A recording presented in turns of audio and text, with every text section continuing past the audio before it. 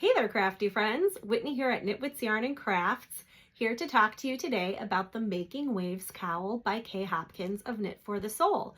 This was our summer knit along for 2025, and you can see I am wearing my completed sample of the Making Waves Cowl. I used Road to China Light by the Fibre Company in color Smoky Quartz. And it's got a little tag here because yes, it's already been on display here at Knitwits, my shop in Bailey's Harbor, Wisconsin. And I wanted to talk to you today about the blocking of this cowl. Now, the designer recommended steam blocking, which is something I actually hadn't done before this project.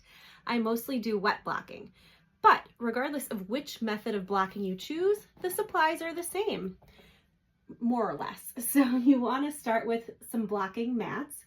These are Knit Pro's lace blocking mats. They are foam interlocking mats, so you can make them any size you need for whatever project.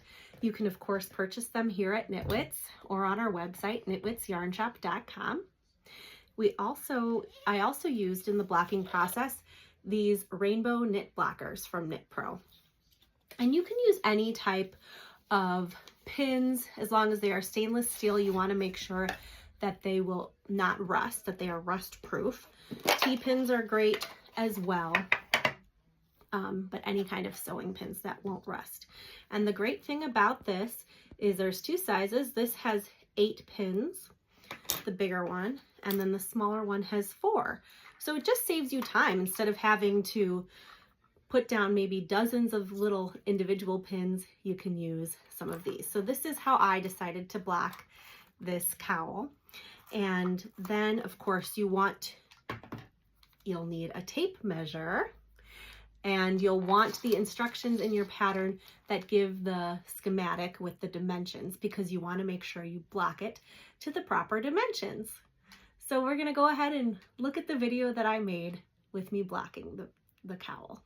So first things first, you can see that I laid out the blocking mats in an arrangement so I knew they would be big enough for the cowl. It's a little bit of an odd shape, sort of an off rectangle shape.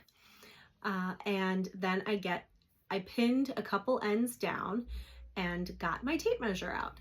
And at this point, the cowl is dry. So if you were wet blocking, and I don't see any reason why you couldn't also wet block this cowl, but if you were wet blocking, you would make sure your knitting is wet before you pin it out. So this is another way that the steam blocking method is a little different. So I get my tape measure and I start pinning it out to the dimensions recommended in the pattern.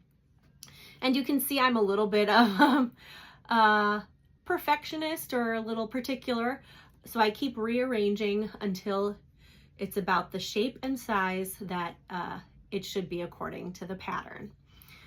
And then I put my pins in and make sure I like the way it looks.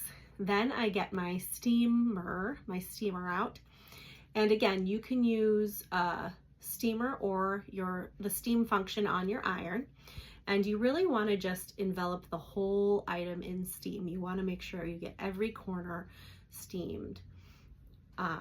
Don't get it too close to your iron or steamer because you don't want to damage the fabric, but you want it to be damp. And once the entire thing is damp, then you let it dry. And because it's steam blocked, it should dry relatively quickly compared to if it were wet blocked. Now, steam blocking also doesn't really wash your item. So if you were to, say, wear this a while and really want to wash it, I would still recommend a good wet block with some Eucalan or other wool wash. And at that point you could probably wet block it, but for whatever reason, if it didn't look the way you wanted to, you could always steam block it after it was dry from wet blocking. So I hope you found this video helpful.